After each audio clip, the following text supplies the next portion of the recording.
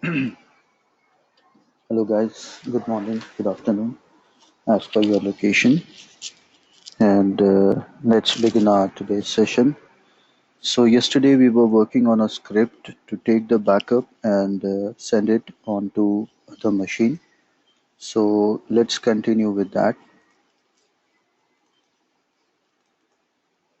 So, let me say my username and password. Okay. So, the script that we were working was bkp.sh. So yesterday we were succeeded to take the backup properly, and we checked also that the backup is proper or not. Now once the backup is collected, the next thing what I wanted to do out over here is I wanted to send that backup to other machine. And the machine we decided to send the backup is 192.168.10.50. And normally how we send or transfer the data from one machine to other machine is using SCP. So the next step, what I'll do is I'd like to send this backup to other machine.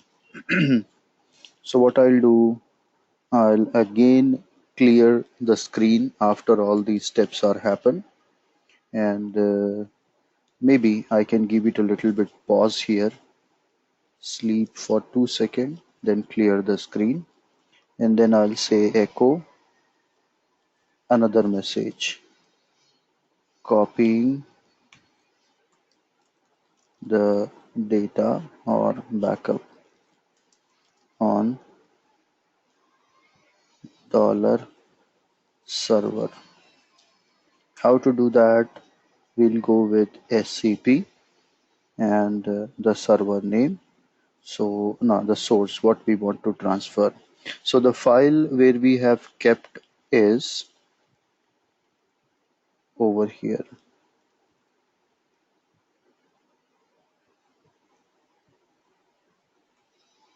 Dollar dest. This file I want to copy and I want to transfer. But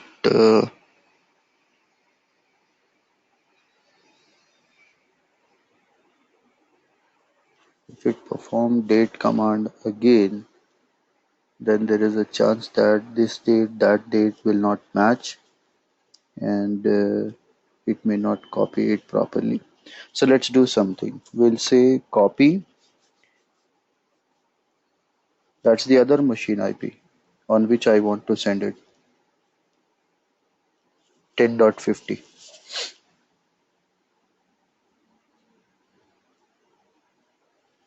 So let me say go to OPT. Here it is. This is the IP which on I would like to send it. So I want to go into OPT, and it can be anything with uh, extension tgz. If you find any such file over there, I want to transfer it. Where I want to transfer? I want to transfer it on server. And where in server? Maybe inside server I want to put it in home directory of the server. That's it. So I want to go to OPT. I want to find a file with the extension tgz, that is the backup extension, and I want to transfer it to the another machine. So where I have stored the IP address of that machine into this. So let us try it out. Let me check out in OPT we have this file. So let me remove it, rm-f OPT, and 2018 something is there. Now let us execute our script. I'll say, Acha, one more thing we'll try to do out. We'll try to find out whether the last command succeeded or not. So I'll say if same thing, dollar question mark is equals to 0, then echo copied successfully. else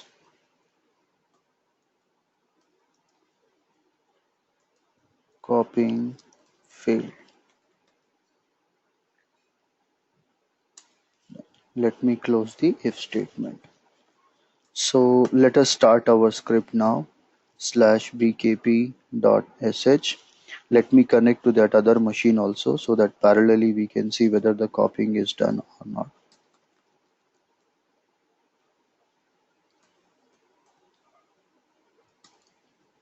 So over here, I want that things to be copied. So let me keep that watch ls to see whether it will copy or not. So let me run here and let us run this fellow here.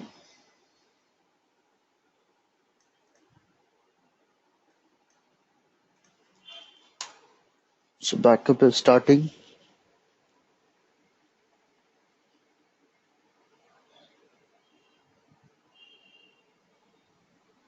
Backup is successful. Copying the backup, and here it stopped, so that I should give the password. See, in this scenario, if both machines are having trust relationship, if you remember our SSH class, so if there is a trust relationship, you have to do trust relationship. So if you do trust relationship, then it won't stop and ask for the password. As I didn't do any trust relationship, I need to give the password. So when I give the password, you see it copied on the other side. Okay, so like that we can go for the script with the help of this if statements, and we can make sure that the things are working properly on the other side. It is copying and putting it onto the other side. So this is how, guys, we have to create our script with the help of this if and all, in order to check every step whether it is successful or not. And if it is not successful, I want it to send me an what I can say message that it has failed. Or you can send a mail also by using mail command, like so and so has failed, something like that.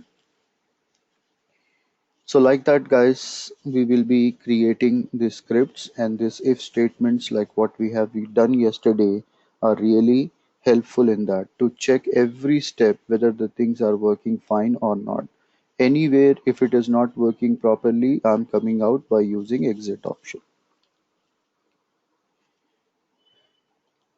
So now, guys, let's move ahead and let's see our next concept, another very important concept here, which is loops, guys. See, loops actually enables us to execute series of commands multiple times. See, you have to do certain tasks for many times. Maybe, for example, you have 10 servers and you have a monitoring script. So every server I want to go and I want to check whether the other thing is working properly or not. So in that scenario, we will be going with loops, guys. Loops are nothing but iteration or repetition. So you can create a loop to repeat it for number of times, or we can create a loop to repeat something unlimited times until unless we stop it. So there are basically two loops, guys, on which we will be working. So what are those? Let me talk about it. So guys, when we talk about loops, loops are usually two types. One is while loop, which is also called as infinite loop, because it can go forever if you never stop it. Then the second one, what we have, is for loop. For loop, you see people use a lot. So for loop is a finite loop. That means it has an end. It will repeat for certain amount of time and automatically it will stop. See, what happens is when you don't know how many times you have to repeat until you get the result, so you can go for while loop. When you know how many times you have to repeat the stuff, You have to go to 4 servers and come back. That's it. So I know 4 times I have to repeat. So in that you have to go with for loop. When you know how many times you have to repeat the thing, go with for loop. When you don't know how many times you have to repeat until unless you get the result, then you have to go with while loop. So if you reverse while loop, then you will get one more concept or one more loop which is called as until loop. And if you reverse for loop, you will get another loop which is also called as select loop, guys. So first, let me talk about while loop. What is the syntax of while loop? See, while loop goes like this. While you should look for an expression. While this expression is true. While always look for the expression to be true. If the expression is true, then only it will continue. If expression false, then it is not going to continue. So while it is true, then what to do, guys? So you have to say do something for me. What? Command 1, command 2, command 3, whatever it might be. And once you are done, you have to say done. See, so far we understood like whenever we are doing certain tasks, in case you start with case, close with ESAC. When it comes to if, you open with if and you close with fee. In the same way, when you are going with loops, you have to ask it to do something and you have to stop it with done. And remember this concept, guys, that while always work until unless the condition is true. As soon as the condition becomes false, then automatically it will stop. For example, guys, I want to say that I'm looking for root size. What? 10 GB. So I'll tell that repeat df minus h command and show me the output until unless the df size becomes 10 GB. So if it is 8 GB, then it will repeat because it is not 10 GB. It is going to repeat it. And as soon as the condition becomes false, like the condition says that it is more than 10 GB now. Until it is 10 GB, I want to repeat. If it is grows more than 10 GB, then I want to stop. So automatically as the condition becomes false, this loop will automatically stop. Let me show you with small example. Let me create another script with our command cr script. Open a new line. Script to execute while loop. So guys, let me do like this. Read and let me prompt a message.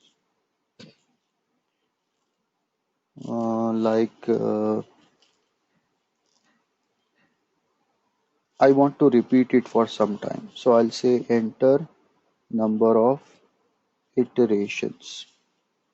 How many times you want to repeat. So whatever value people are giving, I want to store it in a variable called I.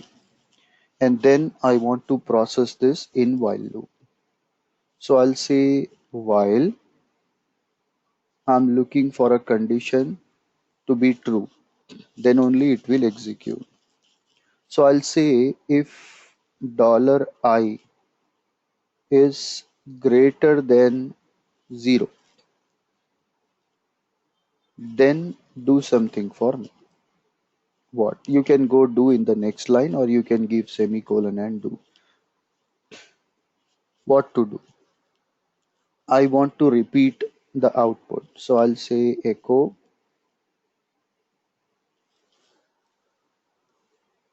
iteration number $I. Then I'll say I equals to dollar double bracket iteration. Iteration means repetition, right? Actually, you are pointing out my spelling mistake or you are asking for the meaning? See, iteration is a technical term, it's a spelling, right? Iterations. Fine, thank you. So I'll go for I dollar I minus 1. I'll explain you what I'm doing here. Then I'll say done. See, I'm asking the user to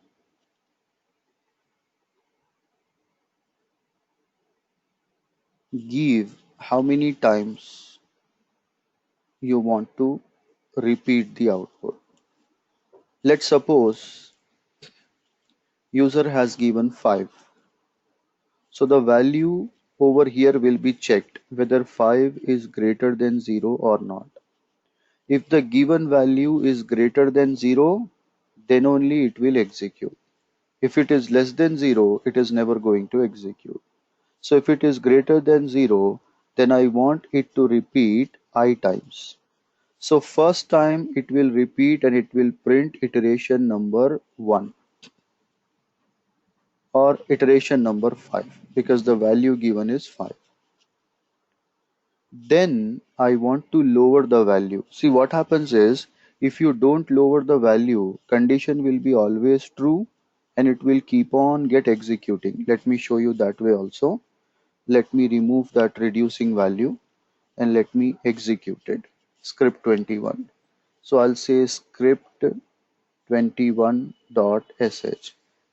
How many times it is asking, but this will be baseless. I'll say 5. 5 is always greater than 0. It is never going to change the value. So it will continuously repeat it, repeat it, repeat it, and this will exhaust your CPU. Because while loop is unlimited. See, the value of 5 is not changing and 5 is always greater than 0. It will keep on repeating. So what I'm trying to do in my script, which is script 21, every time it is repeating, I want to reduce the value of I. So how I can do? I can say value of I sum, the calculation. I'll go with double greater than. I'm telling dollar $I minus 1. So in this scenario, what happens is first time the value will be 5. Then 5 minus 1, I becomes 4. 4 is still greater than 0, it will execute. Then it will again minus 1. 4 minus 1, 3. 3 is still greater than 0, it will execute. Then 3 minus 1, 2.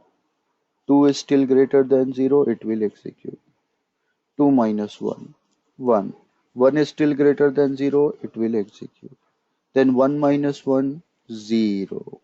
So 0 is not greater than 0, automatically it will then stop. So reducing the value is very important. If you don't reduce it, always the condition is true and it will keep on executing, executing, executing. So now if I go for executing, maybe I'll give iteration 5. So you see it repeated 5, 4, 3, 2, 1. Done. So like that, the value is reducing after every loop and automatically it is coming to 0.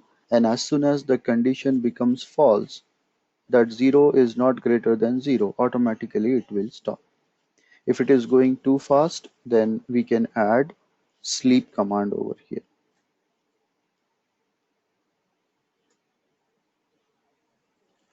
After every iteration, sleep for 1 second. So iteration I'll give 5, 4, 3, 2, 1. Done.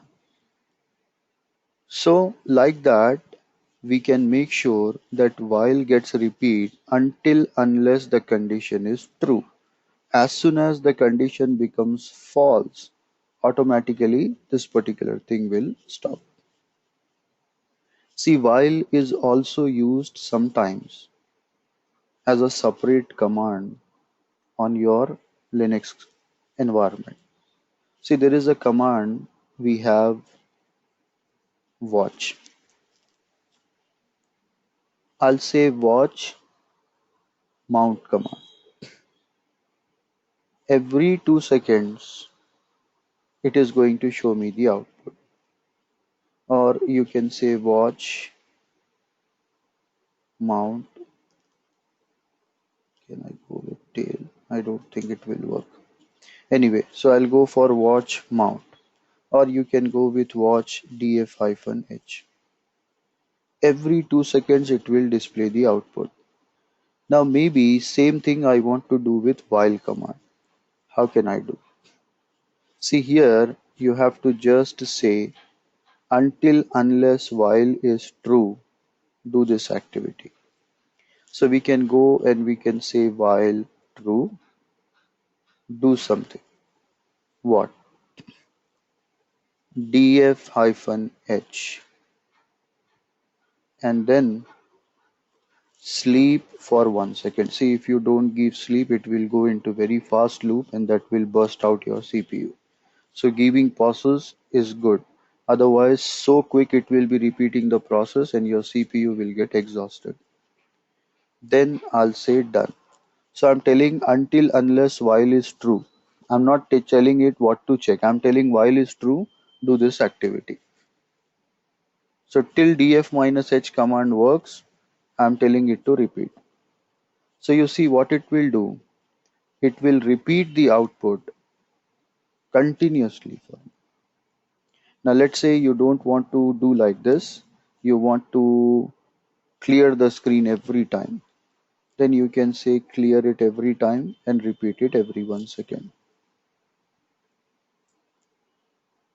Or maybe I can say sleep one and here I can give clear.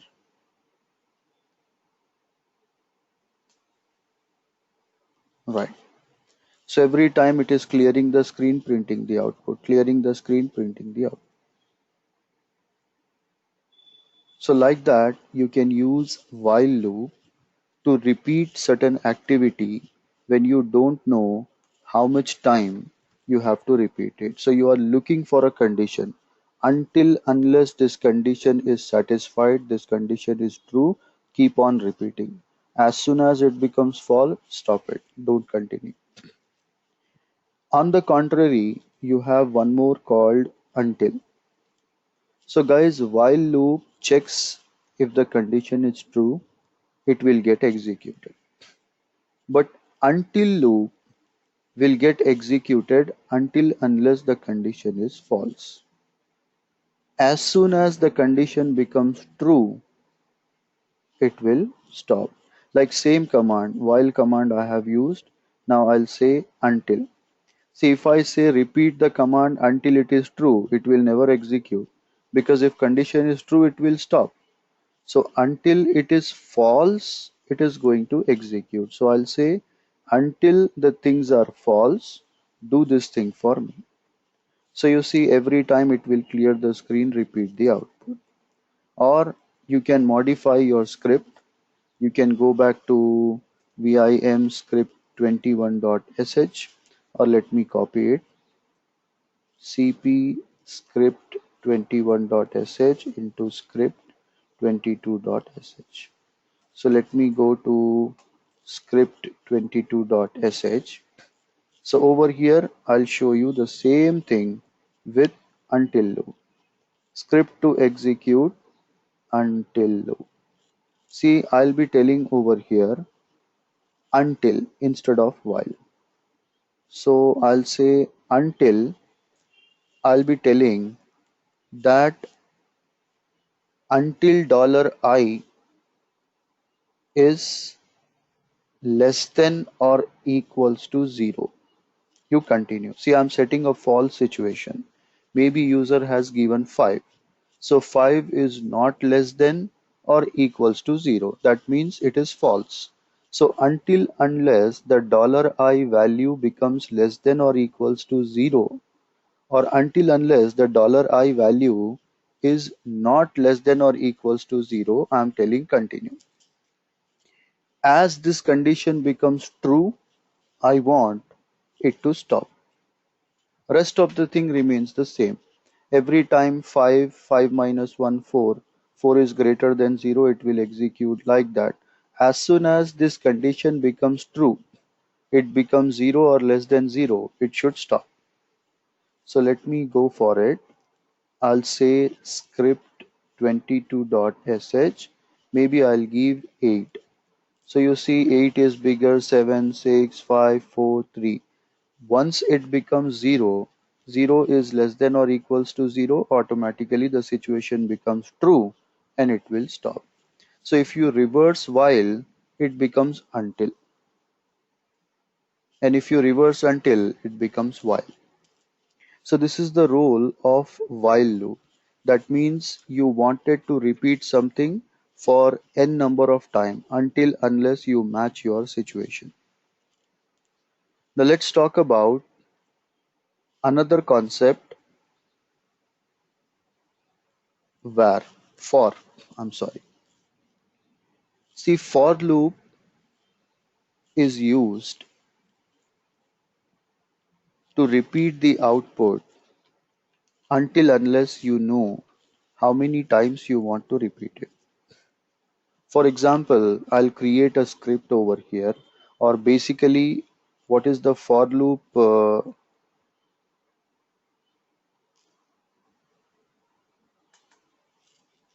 syntax? See, for loop syntax is similar to while loop, but here you have to say for and you have to say variable in and the values like value 1, value 2, value 3. So guys, these are the iterations. So I'm creating one variable. In that variable, I'm putting three values. So that means my loop is going to repeat for 3 times. So here I know how many times I have to repeat it. So what I have to do 3 times. So I'll say do something for me. What?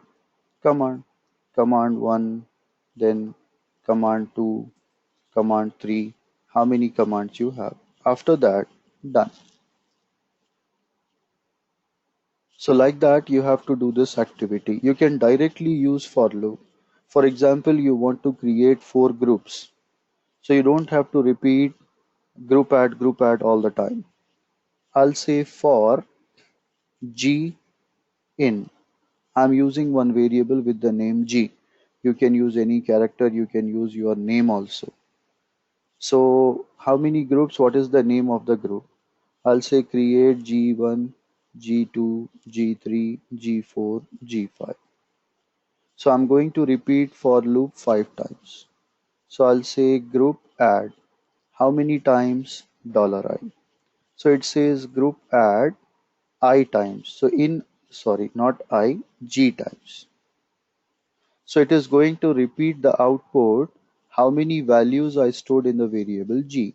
So it will repeat for G1, then G2, then G3, then G4, then G5. Automatically it will repeat it for 5 times. And then when you go to etc group, you see your groups got created. On the contrary, you can remove them also. For example, I'll repeat the same thing for G in G1, G2, G3. Last time I told group add, this time I'll say group del. Now you go back and check it out. See, it got removed. So like that, doing certain tasks for repeated amount of time becomes very, very simple if you know how to deal with for loop. For example, let's create one script and let's see one example. Script to execute for loop.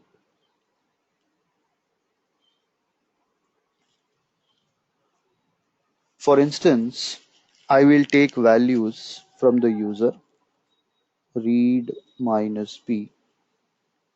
Please enter first value and I'll store it in A. Let me do the same thing and here I'll say second value and let me put it in B. Now guys, let's put a compound expression to check the people must not give any empty values. So I'll say if, put your condition. I'll say if the people have given zero value for $A, or people have given empty values for $B, then what to do? So I'll put then, I'll say echo invalid input, and I don't want to continue. I want to exit with a code 1. You can simply exit a script, or you can go exit code, exit 1. That means when you run echo dollar question mark, it will show you error code 1 or failure code 1. Then let me go with F5 to close it. Then I want to repeat a task here. Like I want to do addition, subtraction, multiplication, all that thing. So I'll say for the value which has been selected, on that I want to do certain task for it. For example, for OP in, what I want to do? I want to do add, subtract, multiply, divide. Then I'll go below, or here only I can give a semicolon, do. What to do? Same echo command calculation. I'll say uh, you can perform the task for add, subtract, multiply, all that, or you can start a case statement here. Like you can say case $OP in. I'll say add. So what to do? Add. I'll say echo add equals to dollar double bracket $A plus $B. Done. So whenever you are done, then you have to end it with two semicolons. If you remember the case statement, then we'll go with next value. Let me copy paste it number of time and let us modify it. So next thing I'd like to do is subtract, and I'd like to say subtract is equals to A minus B. Then we'll go with multiplication. Echo will go with A into B, and we'll say divide A slash B. Then we'll close the case statement. To make it look nicer, I'll do like this. So I'll go for ESAC, and we also open do statement. So we need to stop it with done. So what I did, I'm taking the input from the user and I'm checking whether the given input is empty or not. If it is empty, then it is going to stop. Non-empty, then it will continue. Now what I'm telling is, I want to go for four things over here: add, subtract, multiply, divide. So I'm opening a case statement and I'm asking it to repeat this thing for add, subtract, multiply, divide. So four times it is going to do that. So first time it will go for add, and then it is going to do this activity for us. Then next time it will go for subtract, then it will do this activity. Next time it will go with multiply, then it will do this activity. Next time it will go with division, and then it will apply this particular thing. And between everything, if you want to give a gap, you don't want everything to be so quick, then you can add a sleep statement here. Like after everything, sleep for 1 second. or 2 seconds, how much time you want to give. Let me execute script 23, sorry, 23.sh. First value 20, second value 10. So add, subtract. Oh, I did not change the names. So sorry about it.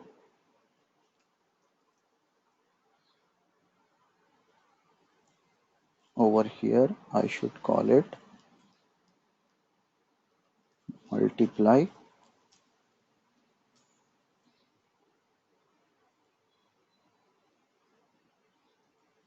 And here, I should call it division. I'm sorry about that. Let me repeat it. 20 and 5. Add, subtract, multiply, divide. So 4 times it repeated the output for me. So in that fashion, we can repeat a task for number of times to go on to something and do an activity for you.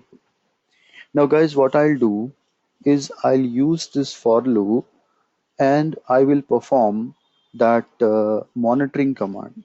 Like it should go to every server and it should check the health status of every server and show me.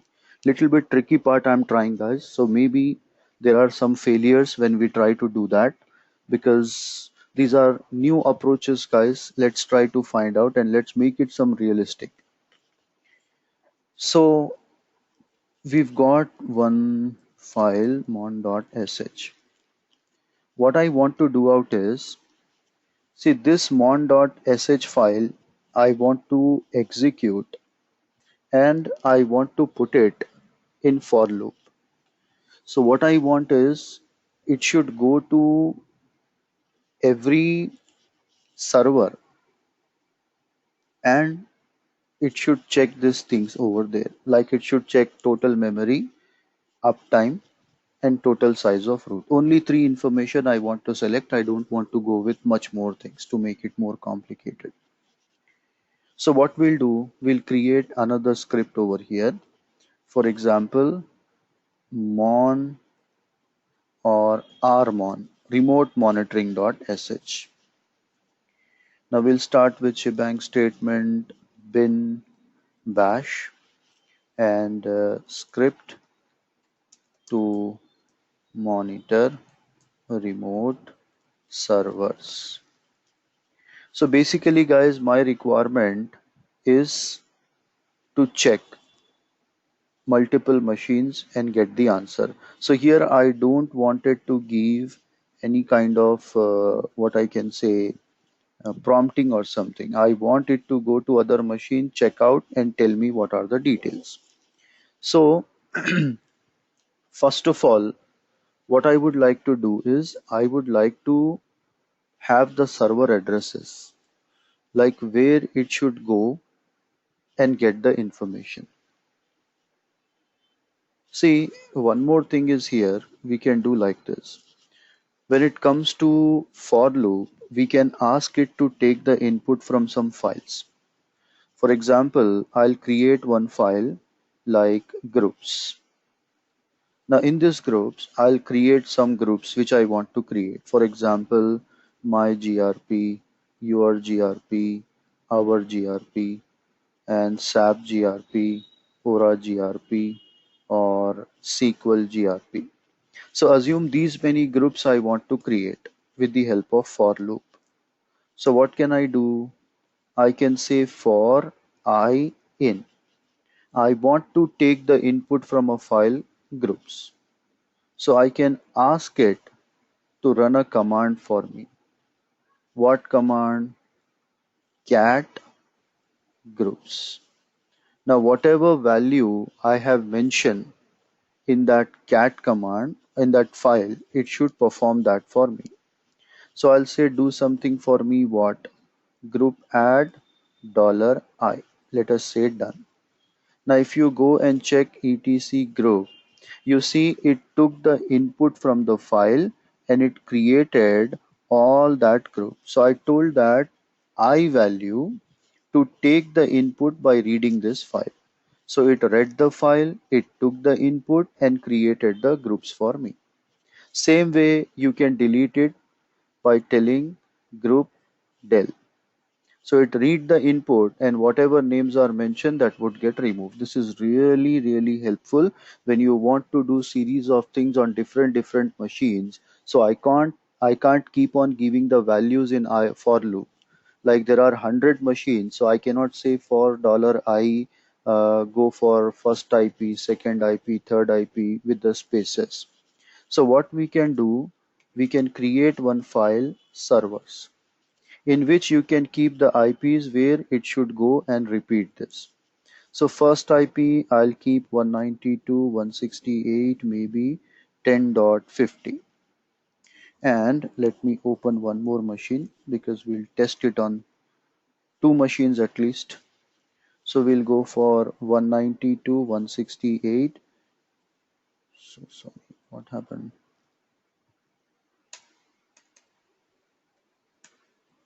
192.168, 10.60. See, per line, you should have only one entry. If you give two, three entries in the same line, it is not going to work out because every time it will go with one line at a time. So make sure that one entry per line you are keeping. As of now, I have two servers. You can keep 100 server information.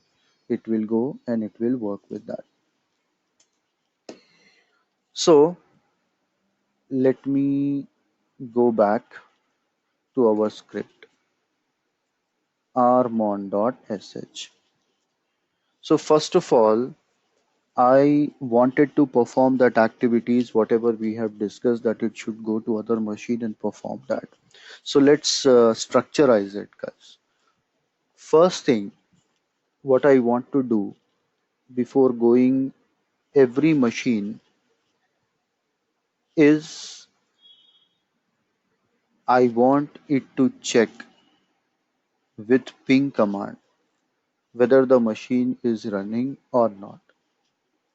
If the machine is running, it should continue. If it is not running, then automatically it should come out, it should not continue. So in that scenario, what we will do is we will go with first starting your for loop. I'll say for I in. I want to take the input from that file, which is server, where I have kept it. Or maybe you may be somewhere else, you are executing the script from somewhere else, then you can give the exact location where this particular file is kept. So in slash root, there is a file server, which I want to read it. And once it read, I want it to do something for me by going into every server. First of all, it should check whether the server is pinging or not. So I'll say ping -c 3 counts. Which particular server? $I. See, if you want to produce the output and see on the screen, fine. If you don't want to see the output, then nullify it. I'll move it to /dev null. Whatever output may be created, whether it is standard output or standard error, both things I want to throw into null. Now I want to put a condition that if my previous command is successful, so I'll say if $? Is equals to 0, then it should continue. So I'll say if, or let's say if the thing is not equals to 0, then what to do? I'll say $I is not pinging. This is the message I want to give with my echo command. And I want to come out. See, if it is not working, I don't want to go for it. I want to continue with the next iteration. The problem over here is, guys, if you say exit, then what it will do, it will come out of the script. My requirement is not to leave the script. I want to leave this loop. That means this particular server should skip and it should go to next server. So in that scenario, guys, the better thing what you can do is you can put a break. Break will not come out. See, in the previous class, we talked about a return command. So return command will also do something same. Like what return command will do, it will just come out of that particular condition function, and then it will go to next value. But return is used inside functions, guys. And when you want to break the loop, then we will go with break command. So I want to break this particular loop and come out of it. Then I'll say fi. Then it will move to next server. If I say exit, then total script will exit and it is not going to work with that thing. Then, guys, let us do our tasks what we want to perform on every server. What I want to do, see, how can you perform the task on any other server? You have to do it with the help of SSH command. Let me show you guys what I'm trying to tell you. If you want to see what is date and time on other machine or what is the uptime, then you have to say SSH 192.168 10 dot maybe 50, and I want to check uptime. So sorry. So let me give the password. It perform it. Also, guys, I don't want the trouble of giving the password. So what I'll do, I'll make a trust relationship between them, guys. 10.50 and 10.60, both machines.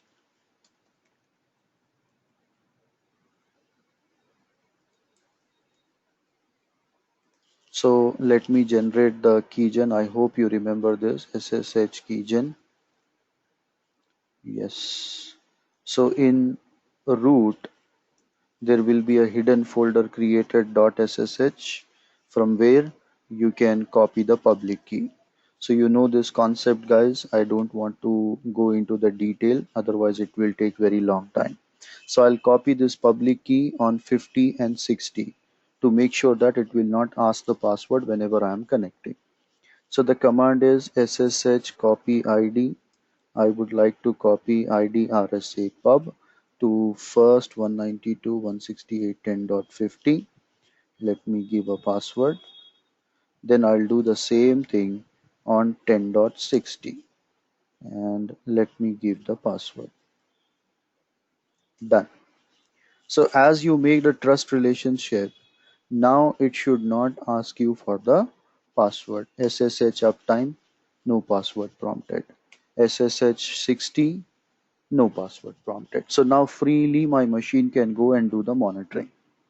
So anything you want to do, you have to do with that option. So probably I want to check what is the total memory used, free memory, all that thing, and I want to perform it. So again, guys, what we will do, we will create a case statement and we'll ask it to run this particular thing on that. Or you can directly say do this activity on that, even without case statement also. So let me copy that, or let me copy the three values only. We'll go to rmon.sh. See, then the next thing what I want to perform is I want to say SSH and these activities.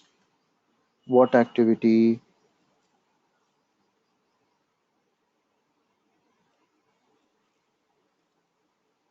I have to say SSH $I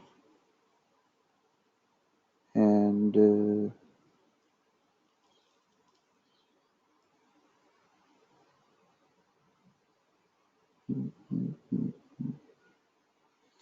or we can simply make one more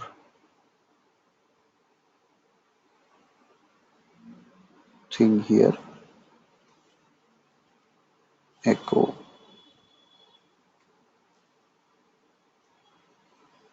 performing activity on $I. So it will display the heading on which server these things are going on. Or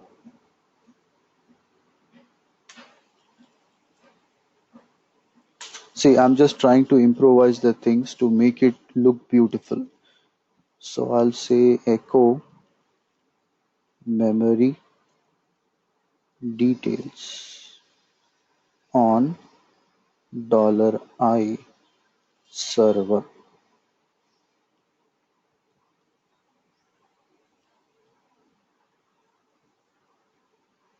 So what I'll do, I'll say mm,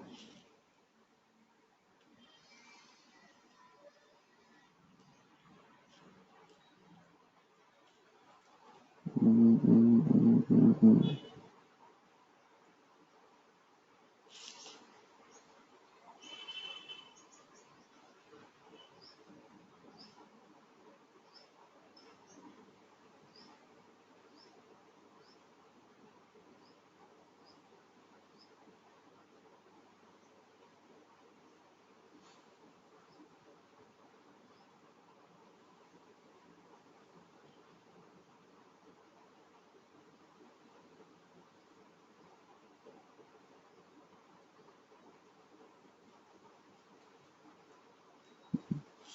Okay, like that we can do. I'm sorry guys to confuse you, or please don't get confused. I just wanted to think and do this activity, so thinking is taking some time. I'll say SSH $I and I want to run this command. Then here also SSH $I SSH $I.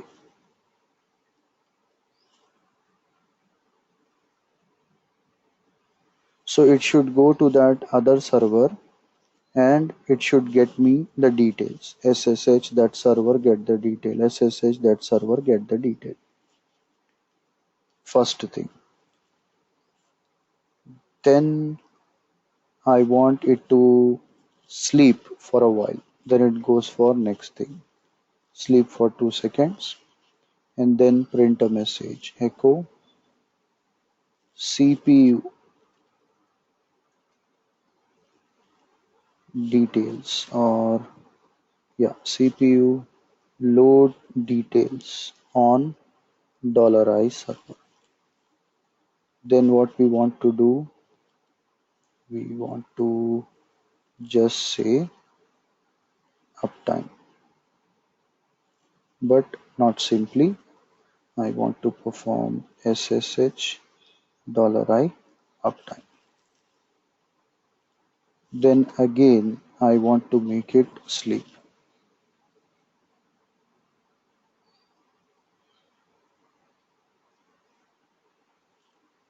Then I want to perform this activity.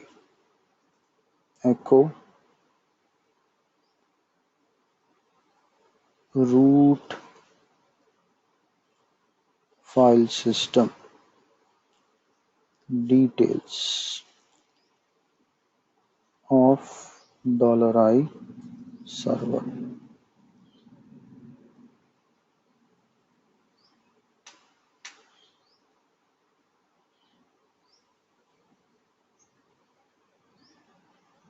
Okay, these semicolons are not required. Let me remove it.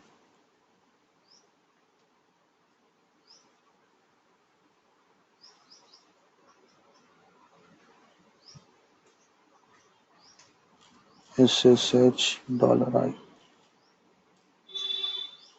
SSH $I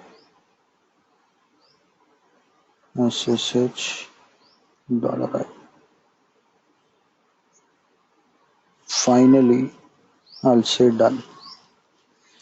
So guys, first of all, I want to check the ping command, whether the server is connecting or not connecting. If it is connecting, I want to continue. If not, will not continue. So I'll say first echo checking the network connectivity for $I server. Now let me go for it and let's see. Chmod plus x rmon dot sh. Let's say rmon dot sh.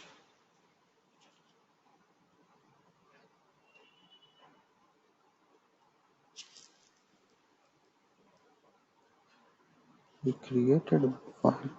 Oh, it is servers, not server. Okay.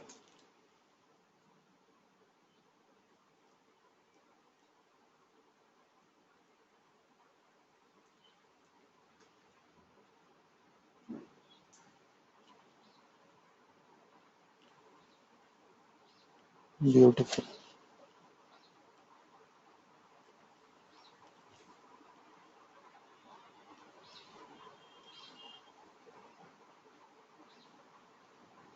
Excellent.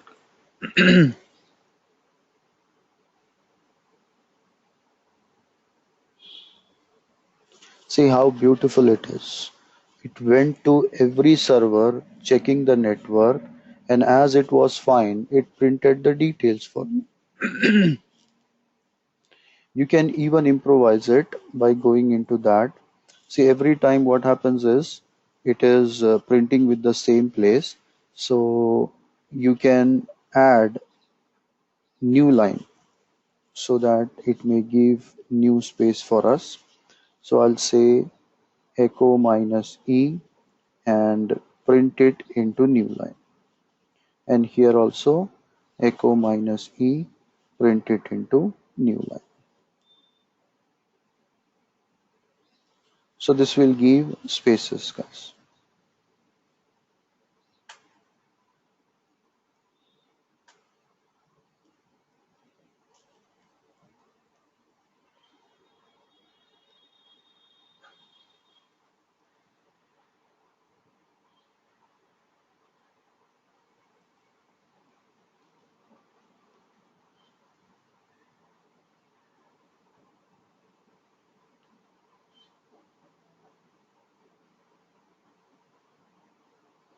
Or guys, you can ask this information to get stored in a file also.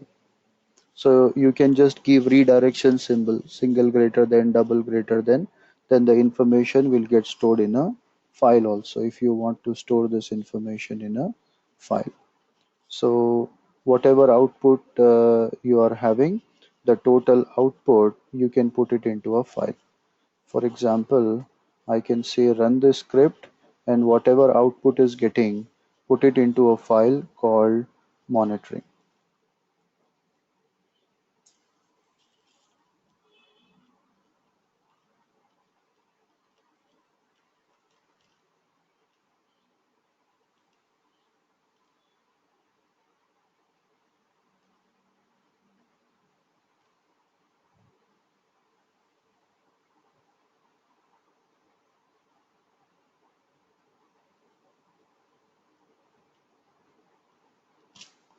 Now you just check it out, cat monitoring. See, the detail got captured into a file also.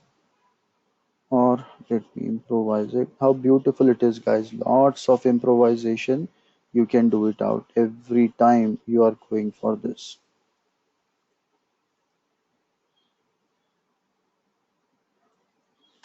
See, definitely, Frank. Lots and lots of practice is required on that. Scripting is not fixed thing like Linux admin, that only one command you run and you got the output. See, I want to capture the output as well as I want to see the output. Then you can go for T hyphen A or T. Maybe I'll go for same monitoring file. I'm overwriting it. So what it will do, it will show you the output as well as it will capture the output. T command.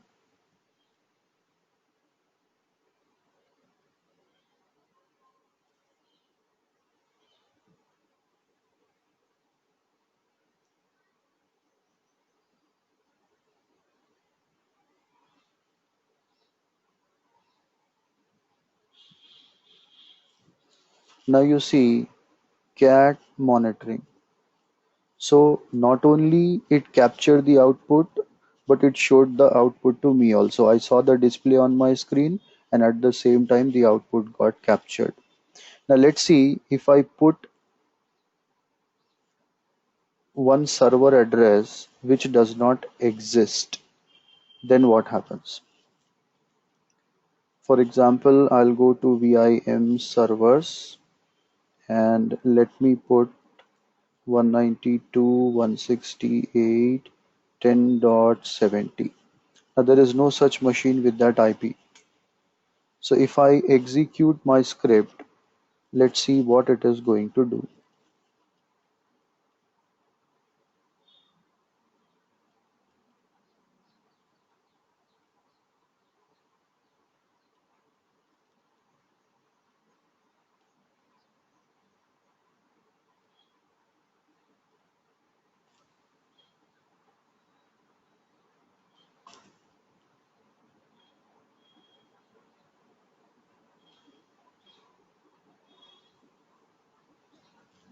Okay, let me put this fellow into the top and see what happens.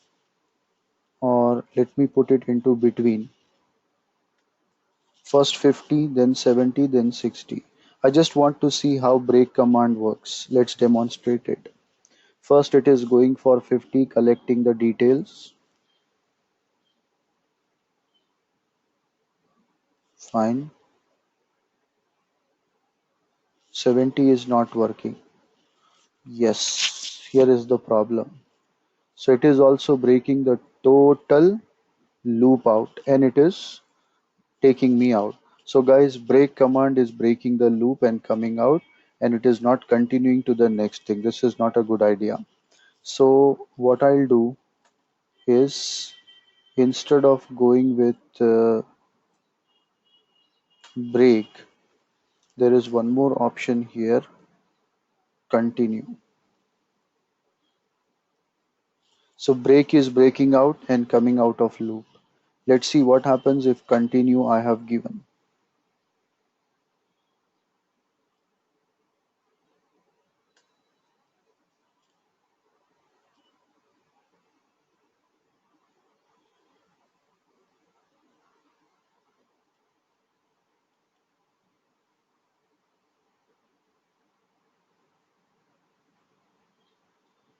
Great. See, this is what we wanted to do. So if any server is not working, I don't want to waste my time in checking inside it. I want to skip it and I want to go for next iteration, next repetition. So guys, break as you saw is totally breaking the output. It is working exactly same like exit command. So best idea is to go with continue so that if any machine is not working, it should continue to next loop instead of breaking it. So guys, did you understood this concept, guys, how we are trying to deal with this thing? First, we are checking the network. And if network is fine, then we want to continue. Otherwise, we want to go for next iteration. So we check the memory and other details like that. Many things are there what you can check on the other side with the help of your script. And if you want to make it really, what I can say, light footprint kind of thing, then better to create a function with that and call the function. Many approaches are there, guys, many approaches. You can put all this thing inside a function and simply call out the function. That's it. So what it will do, it will run the function, and on a very light footprint your script will get executed instead of creating new process and taking more CPU and resources. Within one process ID everything will be performed. So you can copy all these things, and what you can do is you can put it into a function. For example, let's define a function here, mon, and open close bracket and open the parenthesis. Okay, and here I want to stop it. Then guys, I want to call it. That's it. Same thing will happen here. Just the thing is, it is going to use a simple, what I can say, lightweight kind of thing instead of going for everything. So did you understood the concept, guys, all of you?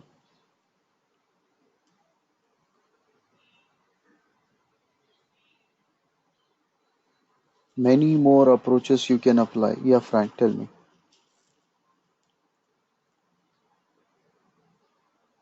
Yes, I think it just needs a lot of practice. Yeah. And I just had a question. I was trying to work on something here and I wanted to Hmm. clarify. Can you go on there to script? Let me show you, point out something, please. Yeah, I didn't got your voice properly. You go into the script, let me point out something. I just Okay, want to clarify something sure. into this script. Let me go into script. Fine. Yeah. I know you've talked about it. I wanted to make sure if statement there. Does that after every command when you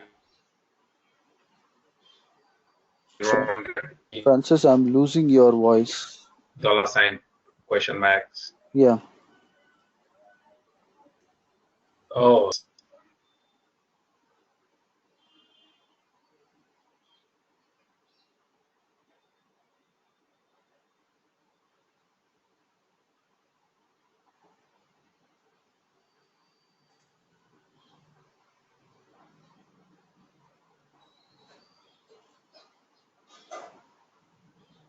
See here, I want to look out for a condition.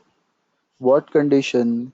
Like previous executed option, if it is not equals to 0, then I wanted to go for not pinging, and I want to continue. See over here, if I say equals to 0, that means if the previous command is successful, then you are asking it to do this activity. So my option is if the previous command, ping command, is unsuccessful. So when it will become unsuccessful, when the output of previous command is -1, sorry, 1. So if it is 1, that means it is unsuccessful. And if it is unsuccessful, then I want to go for this activity. Otherwise, I don't want to go for it. So if I say is equals to 0, then every time the ping command works, it will go for this and it will not allow you to continue. So we need to make sure that what we are looking for, we are actually getting that. Are we clear, guys? Great. See, let's see one more loop, which is your select loop. Select loop is also beautiful option, guys. Very beautiful option. Let me take one of the previous script and I will modify it to show you in a very simple understanding manner. So let's go for cat. I guessed it is script 6 when we started case statement. No. Script 7. No. Script 8. This is also small. I want to go with little bit bigger.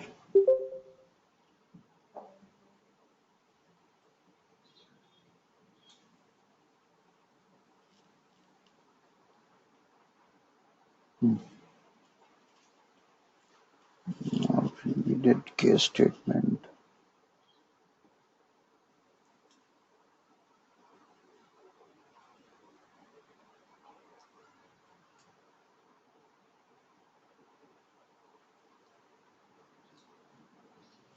Okay, got it. So we have the script, guys, which we created earlier, and what I wanted to do is, if you remember the immediate script after it, what we create one list over here, right? Like giving echo 1 add, 2 subtract, 3 multiply, 4 divide. So we had to give that list and we have to work with that. So in this scenario, what I wanted to do, let me copy that script, copy script 19.sh to script 24.sh. So let me open script 24.sh, and here I'll say script for executing select loop.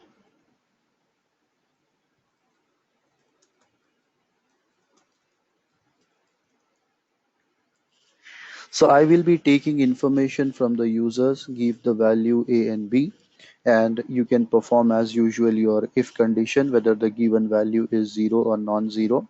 So we can say if the value is 0 for $A, or if the value is 0 for $B, whether the first value or second value both are 0, then I don't want to continue. So I'll say then echo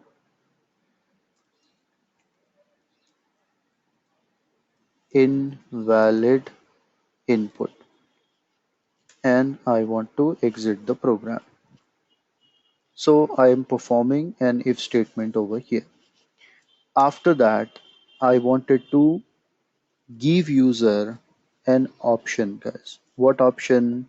I want to create a list, but I don't want to print echo echo echo 4 times 5 times. So let me repeat that, let me remove that. So guys, to create a list, we have a beautiful option, guys, same like for loop. So if you reverse the for loop, it becomes select loop. For loop, what happens? Whatever values you are giving, it is going to that particular server and it is executing it. Now maybe all servers I don't want to check. I want to give a list. Within this server, take any server and do this activity. So how I can do that? So in that scenario, we will go for select loop. For example, I'll say select op in. Select the options in. What options? See, I'll create the list. Add, subtract, multiply, divide. Now, whatever people have selected, if they have selected add, I want to do certain activity. If they have selected subtract, I want to do certain activity. So add, subtract, multiply, and divide. So these are the activities what I wanted to do. So as you have given, select something from this, how it will produce, you see that. Now we'll go for executing script 24.sh. First value 10, second value 5. Is there a syntax error?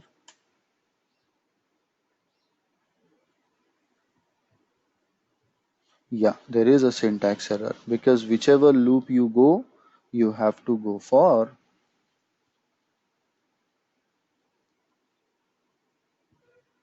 this thing, and I don't need that read command here. I want it to select the list and open a case. So I'll say select this case and do something for me. I forgot to mention do and done. So let's put that case little bit forward to look the script beautiful, and I'll say done. Let me save and quit. First value 10, second value 5. See the beauty of select loop. What it is doing, it is giving me the list and asking me to select the option. Last time I had to print all these using echo command. So 4 times I used to run echo command and then I used to get that output. But here, just by giving select option, automatically it is generating a list for me. Now what I'll do, I'll say go for add, performing addition, subtract, go for subtract, go for multiply, go for divide. But you see guys, there is no option to quit. So what I'll do, I'll add one more option in my script. I'll say select in the list, add, subtract, multiply, and I'll also add exit. So if people have selected exit, then what to do? So I'll come here and I'll say if people have selected exit, then exit the script. So let me save and quit. Let's go back. Let's repeat it. First value 10, second value 5. Now you see fifth option is available. I want to do add, subtract, multiply, divide. My work is over. I want to quit. So like that, you can create a select loop. But you see over here it is giving hash question mark. That does not tells the user what to do.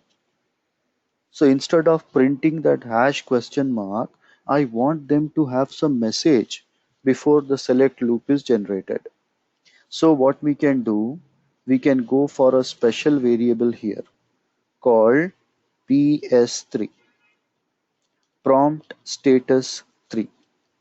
So I'll go for PS3 equals to some message that you want to display. For example, please select any option to continue.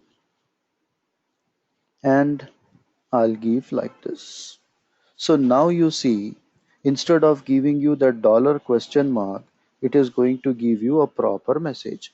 Please select any option to continue. This looks even beautiful. So same thing, you can do it in the server scripts what we have generated. So you can ask users that out of all these servers, which server would you like to go for it in every loop concept or something like that. So anyway, this is for generating a list instead of we doing it manually. Select loop will print the output in that manner and you can go for that particular thing.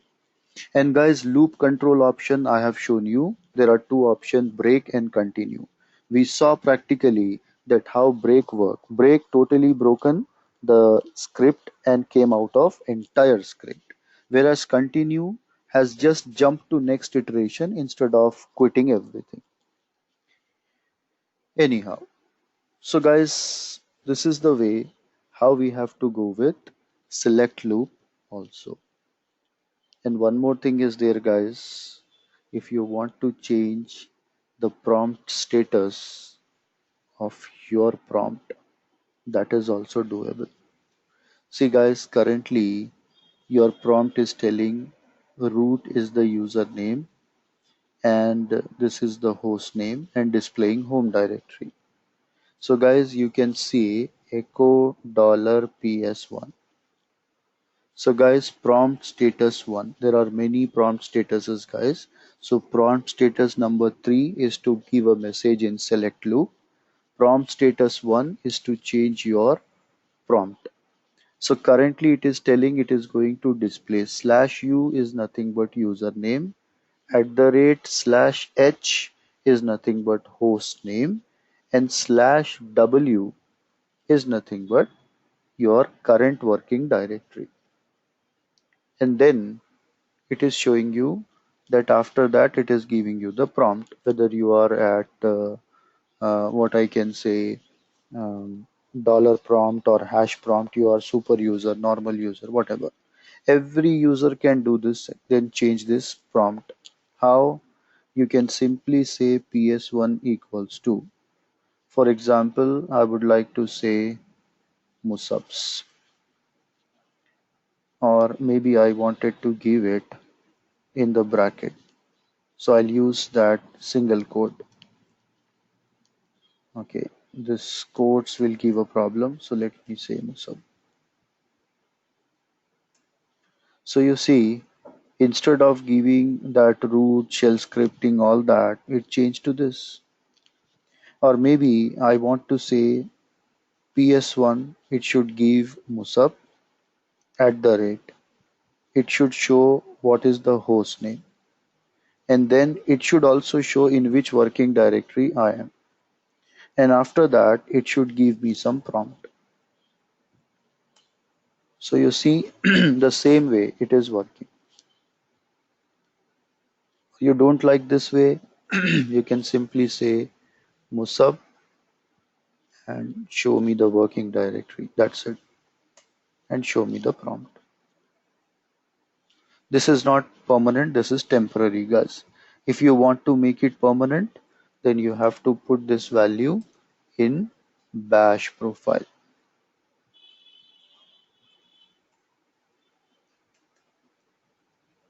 Sorry. Over here, you have to put at the bottom like ps1 equals to whatever value. Then every time you log in, you'll get that prompt only. So that's it, guys. Not an important thing, not people do it generally, but just for information, I showed you that every time you log into your machine, you can make sure that whatever might be the name, it should display your status, whatever you want. So that's it, guys, for today. Tomorrow we will see the last remaining things inside it, get OPTS and other few things, and then we are done with our scripting class.